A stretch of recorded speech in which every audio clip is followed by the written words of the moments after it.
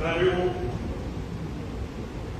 पंच के महान जथेदार साहबान, डी साहबान, प्रधान साहब, एसडीपीसी के निमरता साहब और सारे निमरता साहब फतेह अर्ज करते हैं। वाहिगुरू जी का खालसा, वाहिगुरू जी की फतेह। सिख कौम ਦੇ ਵਿੱਚ ਬੰਦੀ ਅੱਜ ਦੀ ਦਿਹਾੜੀ ਨਹੀਂ ਬਣੇ। ਗੁਰੂ ਨਾਨਕ ਸਾਹਿਬ ਨੂੰ ਵੀ ਬਾਬਰ ਨੇ ਕੈਦ ਕੀਤਾ ਸੀਗਾ, ਪਰ ਉਹਨਾਂ ਦੀ ਰਿਹਾਈ ਹੋਈ ਸੀ। ਅਸੀਂ ਜ਼ਿਕਰ ਕੀਤਾ ਨੌਵੇਂ ਪਾਤਸ਼ਾਹ ਦਾ, ਜਿਨ੍ਹਾਂ ਨੇ ਹਿੰਦੂ ਧਰਮ ਦੇ ਉੱਤੇ ਵੱਡਾ ਪਰਉਪਕਾਰ ਕੀਤਾ, ਜਿਹੜਾ ਖੁਦ ਜਨੇਊ ਨਹੀਂ ਸੀ ਪਹਿਨਦੇ, ਪਰ ਜੋ ਔਰੰਗਜ਼ੇਬ ਬਾਦਸ਼ਾਹ ਹਿੰਦੂਆਂ ਦਾ ਜਨੇਊ ਲਾ ਕੇ ਜਿੰਨਾ ਚਿਰ ਸਵਾ ਮਨ ਜਨੇਊ ਨਹੀਂ ਸੀ ਤੋਲਦਾ, ਉਹਨਾਂ ਚਿਰ ਉਹ ਆਪਣਾ ਪ੍ਰਸ਼ਾਦਾ ਨਹੀਂ ਸੀ ਛੱਡ ਸਕਦਾ। ਇਹੋ ਜਿਹੀਆਂ ਚੀਜ਼ਾਂ ਸਾਡੇ ਆਤਮਾ ਨੂੰ ਯਾਦ ਹੁੰਦੀ ਹੈ। ਪਰ ਛੇਵੇਂ ਪਾਤਸ਼ਾਹ ਨੂੰ ਜਦੋਂ ਰਿਹਾਈ ਹੋਈ ਗਵਾਲੀਅਰ ਦੇ ਕਿਲ੍ਹੇ ਤੋਂ, ਉਹਨਾਂ ਨੇ ਵੀ ਗਾਂਧੀ ਪਾਤਸ਼ਾਹ ਨੂੰ ਕਿਹਾ ਕਿ ਮੈਂ ਰਿਹਾਈ ਨਹੀਂ ਲੈਣੀ ਜਿੰਨਾ ਚਿਰ 52 ਹਿੰਦੂ ਰਾਜੇ ਮੇਰੇ ਨਾਲ ਰਿਹਾ ਨਹੀਂ ਕਰੇ। ਜਹਾਂਗੀਰ ਬਾਦਸ਼ਾਹ ਨੇ महाराज का हुक्म मनिया और वो 52 हिंदू राजे महाराज के नाल रिहा किए। पर मैनू समझ नहीं है कि 1947 तो पहला आप कहते हैं कि सिखा ने सब तो ज्यादा कुर्बानियां की हैं कि असी सिख कुर्बानी करने तो बाद फैसले करते हैं कि साडी मंग की है। कुर्बानियां करने के नाल अंग्रेज इत्थों चलिया गया 1947 के विच, ते राज किहनूं मिलिया? साडे हिंदू भरा नूं ते मुसलमान भरा नूं। मुसलमान नूं पाकिस्तान, हिंदू को इंडिया। जी अज इतने बैठक है, ये टाइम बैठक है कि पाकिस्तान के अज सिख मुसलमान के गुलाम है, इंडिया के असी हिंदू के गुलाम है जी। हम सारे जीवन के असी अपनी तकदीर का फैसला नहीं करांगे, किसी हाथ के करावे। हम भुल्लर साहब को फांसी की सजा मिली सी, केंद्र जजा का बेंच बैठा, जिहड़ा चीफ जस्टिस जिहड़ा चीफ जज सी वो मुसलमान सी, जिहड़े 2 जज सीगे और वो हिंदू धर्म के सीगे। जिहड़ा मुसलमान धर्म का जज सी शाह, उसने भुल्लर साहब को रिहा करता, बिल्कुल रिहा करता। पर जिहड़े 2 दूजे जज सी उन्होंने फांसी की सजा दे दी। चलो जी 2 जजा ने फांसी की सजा दी है, ये फैसला सर्वसम्मति के नाम तो नहीं होया, कैद कर दिते। और फिर उन्होंने लिए भी रस्सी तैयार हो गई। उस वक्त असी मैंबर पार्लियामेंट सीगे, बादल साहब, ढींडसा साहब, शायद भुल्लर साहब भी नाल सीगे, जोरा सिंह मान साहब, तुर साहब, असीं सारे अडवाणी नूं मिले। जिहड़ा होम मिनिस्टर सीगा ते उहनूं कहा कि भुल्लर साहब को फांसी नहीं देनी चाहिए। वो बोलिया तो कुछ है नहीं, पर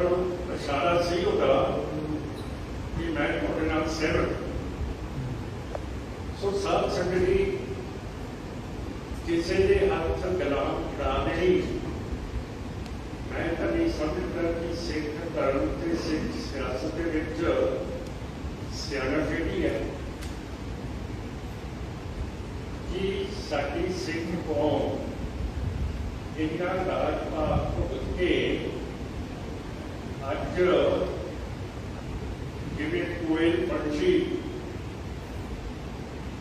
ਗਾਵਾਂ ਦੇ ਆਲਣੇ ਦੇ ਵਿੱਚ ਆਪਣੇ ਆਂਡੇ ਦੇ ਦਿੰਦਾ ਹੈ ਤੇ ਗਾਂ ਬੱਚੇ ਕੱਢਦੇ ਹੈ ਕਿ ਅਸੀਂ ਕੋਈ ਪੰਛੀ ਬਣ ਗਏ। ਕਿ ਤਾਕਤ ਸਾਡੇ ਵਿੱਚ ਆਉਂਦੀ ਹੈ ਕਿ ਅਸੀਂ ਅਗਲੇ ਨੂੰ ਦੇ ਦਿੰਦੇ ਹਾਂ।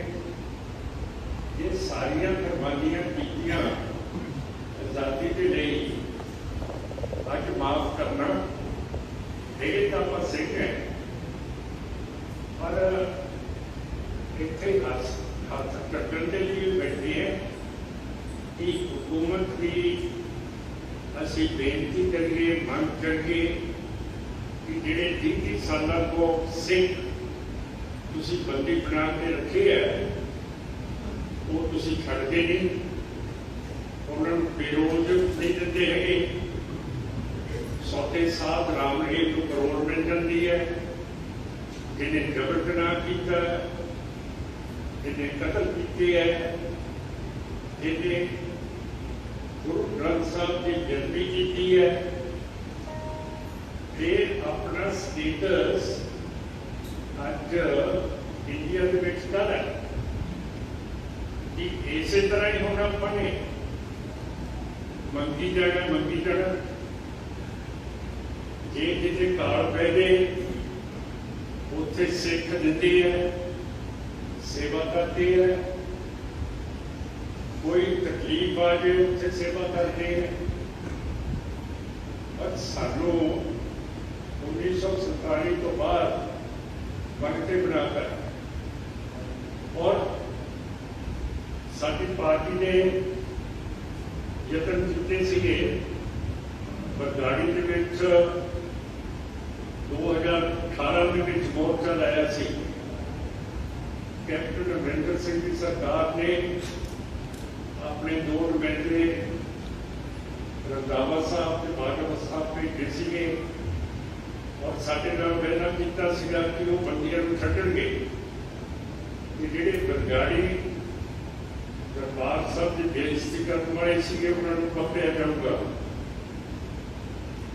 ਥੋੜਾ ਜਿਹਾ ਸਾਨੂੰ ਆਰਾਮ ਮਿਲਿਆ ਉਸ ਮੋਰਚੇ ਦੇ ਵਿੱਚ। ਕਈ ਪੁਰਾਣੇ ਸਿੱਖ ਜੇਲ੍ਹਾਂ ਦੇ ਵਿੱਚੋਂ ਛੁੱਟੇ, ਕਈਆਂ ਨੂੰ ਪੈਰੋਲ ਮਿਲੇਗੀ, ਪਰ ਪੂਰਾ ਵਾਅਦਾ ਸਰਕਾਰ ਨੇ ਨਹੀਂ ਕੀਤਾ ਹੈ। ਕਿਹਾ ਸੀ ਕਿ ਅਸੀਂ ਗ੍ਰਿਫਤਾਰ ਕਰਾਂਗੇ ਸੈਨਿਕ ਸਾਰਿਆਂ ਨੂੰ, ਪਰ ਜੋ ਸਾਡੇ ਕੋਲ ਗੁਰੂ ਗ੍ਰੰਥ ਸਾਹਿਬ ਦੀ ਹਾਜ਼ਰੀ ਤੇ ਸੰਗਤ ਦੀ ਹਾਜ਼ਰੀ ਦੇ ਵਿੱਚ ਕੈਪਟਨ ਅਮਰਿੰਦਰ ਸਿੰਘ ਦੇ ਨੁਮਾਇੰਦਿਆਂ ਨੇ ਕੀਤੇ, ਉਹਨਾਂ ਨੇ ਪੂਰੇ ਨਹੀਂ ਕੀਤੇ। ਇਸ ਤੋਂ ਬਾਅਦ ਫਿਰ ਅਸੀਂ ਸੋਚਿਆ ਕਿ ਹੋਰ ਚਲਾ ਦੀਏ ਤੇ ਉਹ ਫਿਰ ਅਸੀਂ ਅੱਜ ਇੱਕ ਹੋਰ ਮੋਰਚੇ ਦੇ ਵਿੱਚ ਬੈਠੇ ਹਾਂ ਬਰਗਾੜੀ ਵਿਖੇ, ਜਿਹਨੂੰ ਅੱਜ 314 ਦਿਨ ਹੋ ਗਏ ਹੈ। ਰੋਜ਼ ਗੁਰੂ ਦੇ ਸਿੱਖ ਬੀਬੀਆਂ ਗ੍ਰਿਫਤਾਰੀ ਦੇਣ ਆਉਂਦੇ ਹੈ ਤੇ 1 ਤਰੀਕ ਨੂੰ ਜੂਨ ਨੂੰ ਅਸੀਂ ਇੱਕ ਵੱਡਾ ਦਿਨ ਮਨਾ ਰਹੇ ਹਾਂ ਕਿ ਇੰਨੇ ਦਿਨ ਹੋ ਗਏ ਹੈ ਸਾਡੇ ਮੋਰਚੇ ਨੂੰ, ਪਰ ਅਜੇ ਤੱਕ ਬੰਦੀ ਸਿੱਖ ਛੁੱਟੇ ਨਹੀਂ ਹੈ। ਤਾਂ ਮੈਂ ਤੁਹਾਨੂੰ ਸਾਰਿਆਂ ਨੂੰ ਸੱਦਾ ਪੱਤਰ ਭੇਜਦਾ ਹੈ ਕਿ ਬਰਗਾੜੀ ਗੁਰਦੁਆਰਾ ਸਾਹਿਬ ਦੇ ਵਿੱਚ 1 ਜੂਨ ਨੂੰ ਜ਼ਰੂਰ ਦਰਸ਼ਨ ਦਿਓ, ਜਿਹਦੇ ਨਾਲ ਸਰਕਾਰ ਨੂੰ ਕੋਈ ਫਰਕ ਪਵੇ। ਥੋੜੇ ਦਿਨ ਹੋਏ ਹੈ, ਮੈਂ ਅੱਜ ਆਪਾਂ ਇੰਡੀਆ ਦੇ ਬੰਦੀਆਂ ਦੀ ਗੱਲ ਕਰਦੇ ਹਾਂ। ਮੈਂ ਸੰਗਰਾਮਾਂ ਵਿਖੇ ਗਿਆ ਸੀ ਉੱਥੇ ਭਾਈ ਹਰਜਿੰਦਰ ਸਿੰਘ ਮਿਲਿਆ, ਜਿਹਨੇ 34 ਸਾਲ ਬਰਤਾਨੀਆ ਦੀ ਜੇਲ੍ਹ ਦੇ ਵਿੱਚ ਕੱਟੇ ਹੈ। ਇਹ ਨਹੀਂ ਕਿ ਸਾਡੇ ਬੰਦੀ ਸਿਰਫ ਇੰਡੀਆ ਦੇ ਵਿੱਚ ਹੈ, ਆਸਟ੍ਰੇਲੀਆ ਦੇ ਵਿੱਚ ਵੀ ਅੱਜ ਸਿੱਖ ਬੰਦੀ ਹੈਗੇ ਹੈ। ਸਾਰੇ ਪਾਸੇ ਸਿੱਖ ਬੰਦੀ ਫਸੇ ਪਏ ਹੈ। ਪਰ ਕਿਉਂ ਕਰਕੇ ਜਦੋਂ ਸਾਡੇ ਕੋਲ ਹੁਕੂਮਤ ਹੁੰਦੀ ਹੈ ਉਦੋਂ ਆਪਾਂ ਗੱਲ ਨਹੀਂ ਕਰਦੇ। ਸੰਵਿਧਾਨ ਦੀ ਧਾਰਾ 161 ਹੈ, ਜਿਹਦੇ ਤਹਿਤ ਗਵਰਨਰ ਦੀ ਪਾਵਰ ਹੈ ਕਿ ਉਹ ਬੰਦੀਆਂ ਨੂੰ ਛੱਡ ਵੀ ਸਕਦਾ ਹੈ, ਸਜ਼ਾ ਵੀ ਘੱਟ ਕਰ ਸਕਦਾ ਹੈ। ਅਸੀਂ ਬਜਨੌਰ ਗਵਰਨਰ ਨੂੰ ਮਿਲੇ ਸੀਗੇ ਤੇ ਉਸਨੇ ਵੀ ਸਾਡੀ ਬੜੀ ਇਮਦਾਦ ਕੀਤੀ। जितना कुछ होया उसने बंदी छुड़ाने शुरू किए। पर गल रही है कि जिहड़ा साडा निशाना है वो टारगेट के उत्ते नहीं बचता, जो करके हुकूमत नहीं है। 1947 तो बाद आप गुलाम है।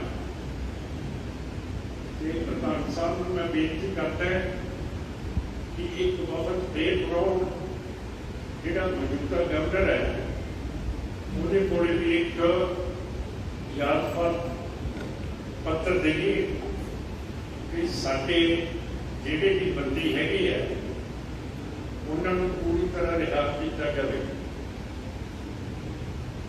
ये फकर है मोदी साहब को लाल किले के उत्ते चढ़ के 9वें पातशाह का जन्मदिन मनाउण दा तो मेरा मतलब है कि उन्होंने वो भी याद है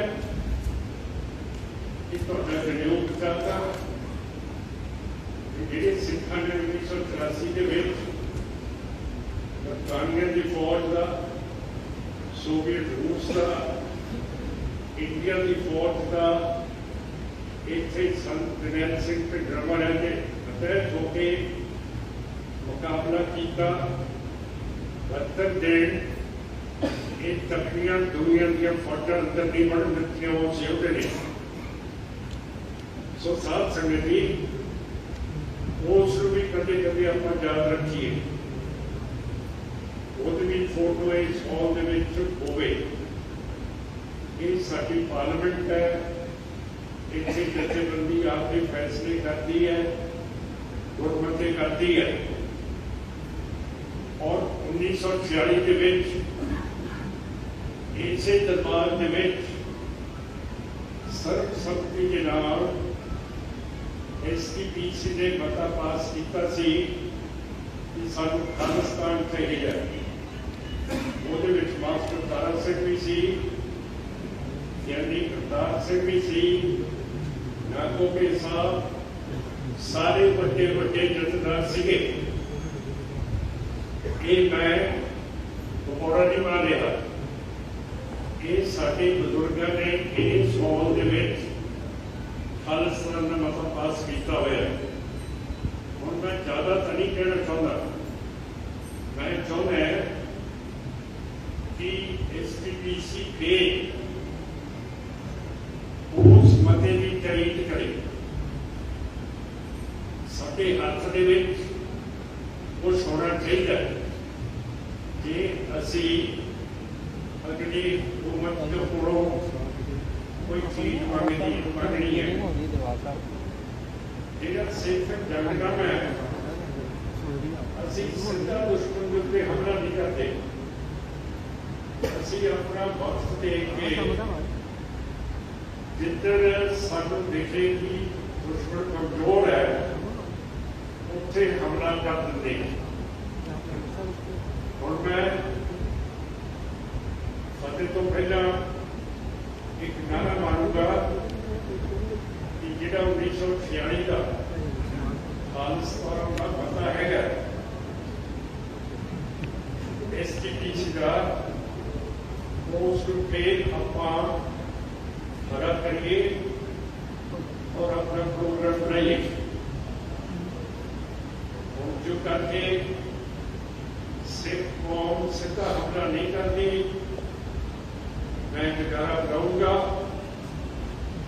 ਤੁਸੀਂ ਹੱਥ ਨਹੀਂ ਖੜੇ ਕਰਨੇ ਹਾਂ ਦੇ ਜਵਾਬ ਦੇ ਵਿੱਚ ਮੈਂ ਇਸ ਤਰ੍ਹਾਂ ਸਾਰੇ ਦੇਖੀ ਜੂਗਾ ਤੁਸੀਂ ਸੱਚੀ ਆਪਣੇ ਨਾਲ ਮੈਨੂੰ ਹੱਥ ਮਾਰ ਦਿਓ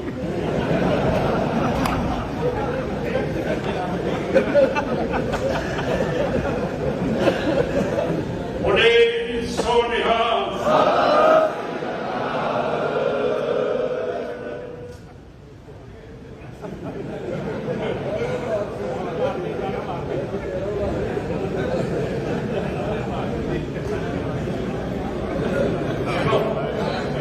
ਖਾਲਸਾ ਮਾਤਾ ਪਾਸ ਹੋ ਗਿਆ ਖਾਲਸਾ ਵਾਹਿਗੁਰੂ ਜੀ ਕਾ ਖਾਲਸਾ ਧੰਨਵਾਦ ਜੀ ਸਰਦਾਰ ਸਿਮਰਨਜੀਤ ਸਿੰਘ ਜੀ ਮਾਨ ਜਿਨ੍ਹਾਂ ਨੇ ਆਪ ਜੀ ਦੇ ਨਾਲ ਬਹੁਤ ਹੀ ਪਿਆਰ ਨਾਲ ਵਿਚਾਰ ਸਾਂਝੇ ਕੀਤੇ ਬੜੀਆਂ ਭਾਵਪੂਰਤ ਦਲੀਲਾਂ ਦੇ ਕੇ ਆਪ ਜੀ ਦੇ ਨਾਲ ਆਪਣੇ ਸ਼ਬਦ